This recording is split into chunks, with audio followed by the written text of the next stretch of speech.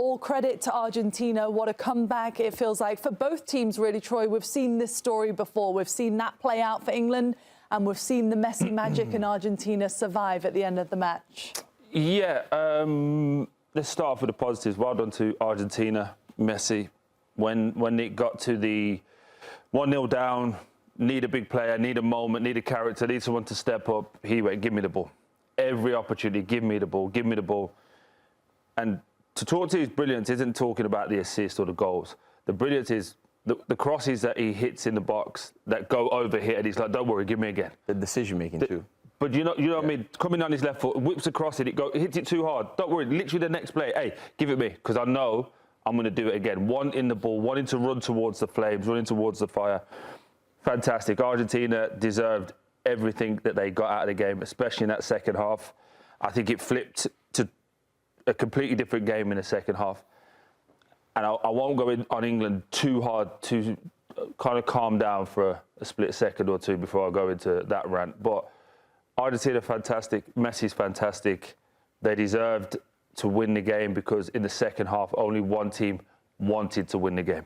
Yeah, I want to add to Troy's point. For me, again, got to give credit to Argentina. Watching this tournament so far and what we've seen, I would say that this is their best performance. And again, it's the fact they go 1-0 down to England. We've got the last top fours, obviously France is out. This is where you're going to judge them now. And they came back from a goal behind to win a game. And what Troy says as well is 100% right. When you watch that game again, forget stats and the goals and assists. When they went 1-0 down, you saw Messi say, give me the ball. He took full responsibility and was willing to say, I am the best player on this pitch. I am the best player in the world. Give me that ball. He was getting on the ball constantly, trying to make things happen, trying to get more involved in the goal to get them back into it. And when I look at this World Cup so far and what we see, I would probably say for me, Messi is more influential in this World Cup for this Argentina side than he was in the previous World Cup. And I know it might sound crazy to some people, but when you look at the last World Cup and what they did to this World Cup and what he's doing at his age, in a World Cup where most people didn't even have Argentina as favourites to maybe make the final, where it was France and Spain as number 1, 1 and 2, and most people thought could get to the final or potentially maybe England. Messi is so influential, and I think he's more influential in this World Cup than he was in previous, and adding the 4 years, because that was the thing that we'll be worried about, to see how influential will Messi be this World Cup for Argentina. That was going to be the main talking point, or the main person who would dictate whether Argentina win this World Cup. And today, that is when you know you're a big star, big player, because the moment when your team needs you the most, your nation needs you the most, you're the one willing to take that responsibility and turn this game. And for me, he was sensational. He was the main catalyst for Argentina to get back into this game. I want to add one bit before I let Grella go, because I think it's fair. There's a moment that we spoke about before the game where we're saying street smarts, willingness to do whatever it takes to win, that freedom and that carelessness of, I'm going to be the one to make this situation happen. Argentina have it, not in one player, in every player. England have it in a few. And we'll let Grella go because he's waited patiently, so thank you. But I do think in this situation, we'll dissect England, we'll pull it apart. Trust me, I'm ready to go and pull it apart. But the other side to it is Argentina have been so good. And that ability to just be like, I don't care. Enzo Fernandez shooting 4 or 5 times for the edge of the box. Okay, I don't care. I missed one, I'll do it again. I missed one, I'll do it again. Messi putting cross in. It just they hit felt the like post twice. It was coming. And again, to go down that route will end up destroying England. So we'll do that in a minute. But Argentina have been fantastic. Sorry, Gro. No, it was good. And I know, listen, when I watch my team, it's tough because I think that England put a lot into the tournament. I think they put a lot into today's game as well. Not the result that they wanted.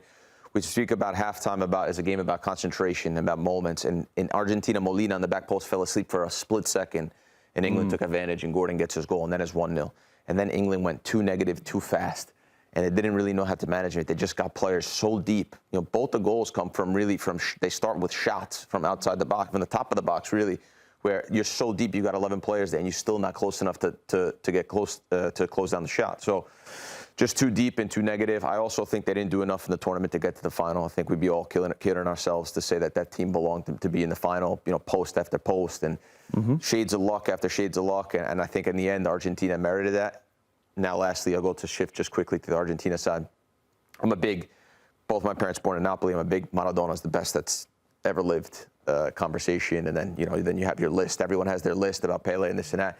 I don't want to hear about Messi is number one for me. Number one, no question about. Sorry. Is Maradona really in the room? Maradona, that goes to Maradona. It's his parents calling, so we do. But serious, for me, Messi is the greatest that's ever lived. He's better than Maradona. And not because of the stats, not because of the goals, not because of this World Cup, even if he goes to win or not. But the little things, the ability to stick his ass out and take contact, and the ability to find passes, and the ability to play forward, ability to understand what's around him and when to pass and when not to get it, when to hang out in the sideline, when to run, is of the highest level. And the pressure on him, the pressure on Argentina, whatever, but the pressure on him in the last 15 minutes, I think this is the Troy's point, and him to continue to say, no, just give it to me. I'll figure this out for us. And he went into a mode. As soon as they went down 1-0, Messi, the whole team, but Messi went into a mode that was unplayable. It was like an AI mode. It was like everything he did was perfect. And chasing loose balls and doing all these different things for the team. And I think in the end, he did make the difference. And for me, Argentina deserved, no question about it, with big hearts and big, I can't say it on air, they deserve to be in the final. So I think it's the correct outcome. But I do feel for England because I do think they put a lot into the game today. Yeah, I thought England. I was going to say for Messi as well, just to add to what they're saying, is it's also the trust of the players. That the players kept on trusting and believing Messi to give him the ball because he's that special. They know that he can make something happen. When you play with top-level talented players, it's the same. When you just know you've got someone special on your team that's just not normal, not coached to become how he is, he's just naturally gifted, you're going to trust him to say, right, he's going to win. And he was everywhere, wasn't he? He was on one wing 1 minute, the other wing, the other. We're going to look at some of the comebacks as well that Argentina... Wig? He was on the other wig? You can't talk, Nigel, of all people. The comeback kids in Atlanta, obviously, they came back against Egypt. They did the same against England today. We're going to talk more about England in just a little bit, like Troy mentioned. But for Argentina to have this mentality, do you agree, Troy, that this puts Messi now as the undebated GOAT of all time? Listen, I think it's always going to come down to everyone's perception. I'm not going to get into that because I think this is a bigger conversation than just Messi. Obviously, he's amazing and all the things. But do you think they would have had that today without Messi? Yeah, and that's what I'm going to get into, because we were sat here, we had the boss here next to us, and I said, Argentina have come back in this competition a couple of times. They've come back in the last 10 years loads of times because they've now got into a comfortable position where Enzo Fernandez, people question whether it's 100 million or not. The mentality was 100 million. Big moment, hey, I'm going to do it. McAllister, big moment, I'm going to do it. Messi, Julian Alvarez, Martinez, they all go in this one big picture. Every single player, whether you're on the bench, whether you're on the coaching staff, whether you're on the pitch, goes, not only do I believe, but I'm going to be the one. I'm going to make sure I do my job to the best of my ability, and I'm going to be raising my level. So, yes, Messi's fantastic. Not taking anything away from him. Hit the post twice. A couple of good saves from Jordan Pickford. Like, they had opportunities to score, but they also had opportunities to win, but they also never, at any moment in the time, went, this is over. There was a, I'm going to be the one to step forward. And we've played in so many games, so many teams where you have that moment where you all buy in and you go in and go, oh, we were good there. And then the next week, it drops down. These guys go, we're going to win. I don't know how, I don't know when, but we're going to win. And they've been fantastic. You know, really pays me to not get dug into England just yet, but Argentina, wow. You have to admire it. That's the thing. Forget about all the debate of what's going on around it. You have to admire what you've just witnessed. And you talk about Messi as well. I think for me, when you look at it, you've got to give a lot of credit to Scaloni, the manager. I think for me, he doesn't get a lot of credit that he deserves. Because when you look at having to manage this Argentina side with arguably one of the greatest players to play the game and to balance him and how he plays, how he feels, to make sure everyone else around him buys into it, that is what you're seeing on the football pitch there. The way that they play and everything about them. Coming into this World Cup, we had many discussions going to World Cup about teams and how we discuss teams. I described Argentina as a pack of wolves. I said, when you look at them play, from watching them play in whichever game they play in, they are so together, they're so united, they fight for one another, and they showed it today. Every time when someone tried to tackle Messi, they all got together around the referee. They are so united. Stuff like that doesn't happen overnight in the dressing room. It takes a lot of togetherness, a lot of understanding, and also it takes a great manager up top to make you all be united in the same direction, because they all got big personalities and big characters. We can start naming some of those players that they're not small ego players, very big egos, very big personalities, think a lot of themselves, but guess what? They're heading in the same direction, and they've got one of the greatest players along there that they're all working for. What were you going to say, Grell? You were going to jump in then? No, I wasn't. No? No. No? You okay? Are I you? want to make sure you're okay. I'm fine. You seem like you're upset still about England. Well, yeah, I'm thrilled we just got knocked out in the semi-final. Thanks for checking on us.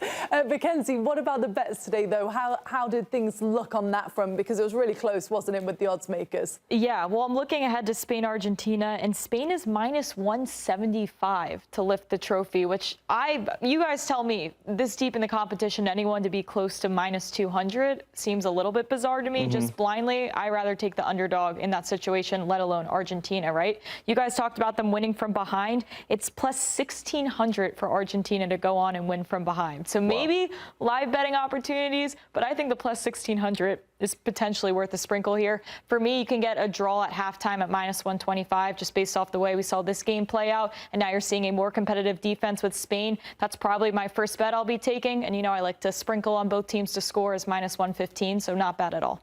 What would be Messi to score in the final? With the way They don't have props out yet, but I could see it being plus 150, maybe closer to plus 200. Even your stars are going to be at least plus 120 at this point in the competition. OK, good stuff. Early lines. What about even the changes that we saw Scaloni make? Because Lautaro, Grell, you watch him every week in Serie A, for him to come on and score. And not only for the first time, by the way, because in the past he's been that super sub, hasn't he, for Argentina in clutch moments? He's a goal scorer. He's good in the box. I think the one thing that we said in the first half was that when Argentina gets into those spots, they lacked a little bit of pace, but they also lacked the ability to cross it to somebody. I think Scaloni saw that. When they went down 1-0, it was easy to be more aggressive, so he put guys that could head the ball. He put Otamendi, he put Lautaro Martinez in, he put Nico Gonzalez, who's also very good in the air as well. And then all of a sudden, the game really tilted in Argentina's favor because they had targets to cross the ball to.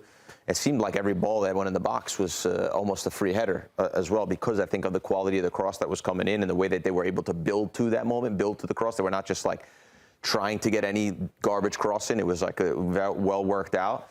So yeah, Lautaro ends up playing the part in scoring in the winning goal. But I think just the subs and the way the game set up actually also put England in an unfortunate spot, because England went and had to make the subs to protect the game, and Argentina had to make the subs to go and go for the game. So once it was 1-1, it was always going to be, I think, difficult for England not to get sort of pinned back again. And once we saw them raise 9 minutes, I knew it was going to be a long way from I disagree. home. We didn't have to go that way. We chose you did? We chose to go defensively. I think the second half played out. As soon as England scored, it was like, right, shut up shop. And it was too early to do that. It was too early, but it was also all the things I've been concerned about from the Mexico game, which was ball going wide, crossing the box, but the difference was here they had Messi, they had Enzo Fernandez, the Paul when he came was on. good when he came on. Yeah. And they had this ability to not just go, okay, go wide and cross it. There's one that, as it comes out to the Paul, everyone's thinking he's just got to lay it out to the right side. They cross it, he just whipped it in. And every England defender was like, whoa, what was that? McAllister ends up hitting the post, probably should have scored. But just that ability, and I would say this when we played Mexico, and everyone would say how negative I was, but the ability that Arsenal had to just slip little balls in, little crosses and shots was fantastic.